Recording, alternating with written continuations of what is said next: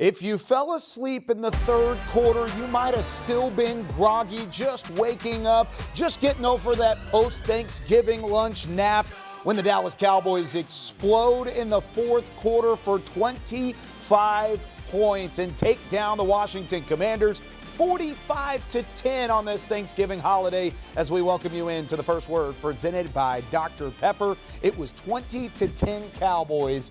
Kind of a lull of a third quarter, almost could have put you to sleep a little bit. Almost did. Almost did for Barry. I mean, he almost got. But that was the case, is that the Cowboys turned on the afterburners in that final frame, and they, again, with a big-time home win, their 13th straight at AT&T Stadium, and their 7th game this year, winning by more than 20 points, tying a franchise record. We've got Barry Church, Isaiah Stanback, Nate Newton. I'm Kyle Yeomans. Glad you're with us. Barry, where do you want to start with this one? Because there's a number of ways you could go. Well, you know, defensive guy up here, so I'm going to go ahead and start on the defensive side of the football. And when you look at what they did defensively, Washington fell right into Dan Quinn and his defense's lap. You know, early on, they started out with the running game a little bit, but kind of went away from it as the game went on. They held Brian Robinson to under 100 yards total, and that guy, to me, is one of the explosive guys that they have for Washington. They did a good job on him. Scary Terry McLaurin was kind of locked up as well. They got a lot of their yards towards the end. I would say it was more of a garbage time deal, but Parsons and his defensive line, they made it very hard for Sam Howell out there the entirety of this game. They were harassing him. 4 sacks on the game, but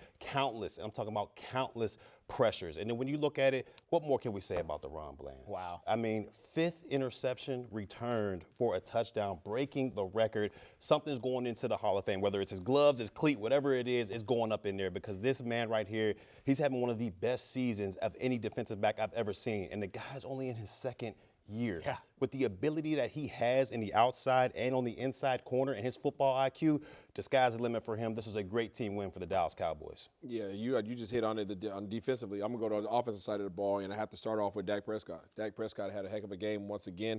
He's showing his tail right now. This dude has 68% completion rate, 330 yards passing, 4 touchdowns, and let me see, 0 interception. I'm running back. 0 interceptions. And not only did he have a good game, but for the second week, I take it back. For the 3rd week in a row, Brandon Cooks got involved. Brandon Cooks, I believe, is the 3rd week in a row, is the leading receiver on this team. And this dude is getting the rock. They're giving him opportunities. He found payload once again. And then Tony Pollard averaged 6 yards per carry. Can we just clap it up for TP? You still only had 13 carries. I know a lot of times in the pregame show I said they've been averaging about 12 carries out the backfield for him per game. He hit 13 today, but he averaged 6 yards per carry. Super duper proud of the offense. Coach McCarthy, he's figuring out a way to get his playmakers the ball in their hands. You can add 6 catches for Tony Pollard. So that makes 6 and 13 is what? 19. About 19. So between 18 and 22 touches that this kid need. And they had a nice little running game. And like you said, the game was methodical. It was slow. What the Cowboys are learning how to do is just win the game.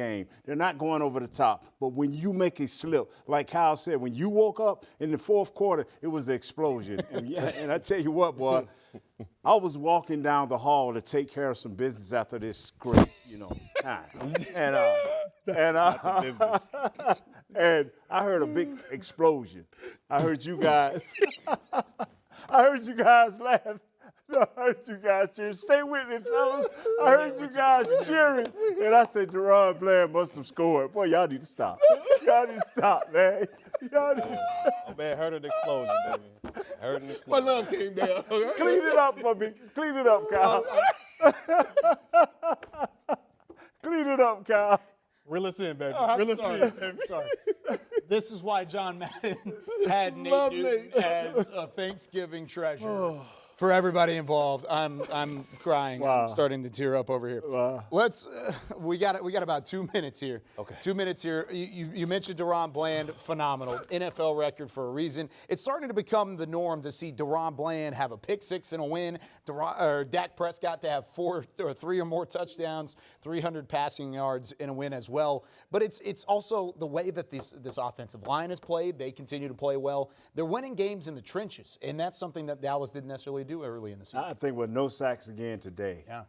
3rd straight game. This is not just because the offensive line is playing well. This is because Dak is moving around in the pocket doing what he has to do. This is because Tony Pollard, check out the 3rd down situations, is blocking. You think it was Zeke back there blocking. He's standing up, doing what he has to do, giving Dak this time to move around. So it's a total team effort these last 3 games where there's no sacks. Yeah, not only no sacks, but they were also 60% on third down and 100% in the red zone. When you have those type of statistics, I don't care who you're playing. I don't care if it's the 49ers. I don't care if it's the Eagles. If you can go 60+% on third down conversions to extend drives and then get to the red zone and complete 100% or be 100% on down there, you're going to be tough to deal with. And defensively, they held Washington Commanders to 0 of 3 on fourth down. You know, a lot of that was coming. You know, they were trying to gamble out there. Riverboat Ron was trying to get some momentum for his team, and this defense was able to shut it out. And there was a stat that you put in the pregame. I believe it was 6 straight games or 20-plus points on the victory. Yeah. You know, that to me shows that they're not playing down to the level of competition. All right,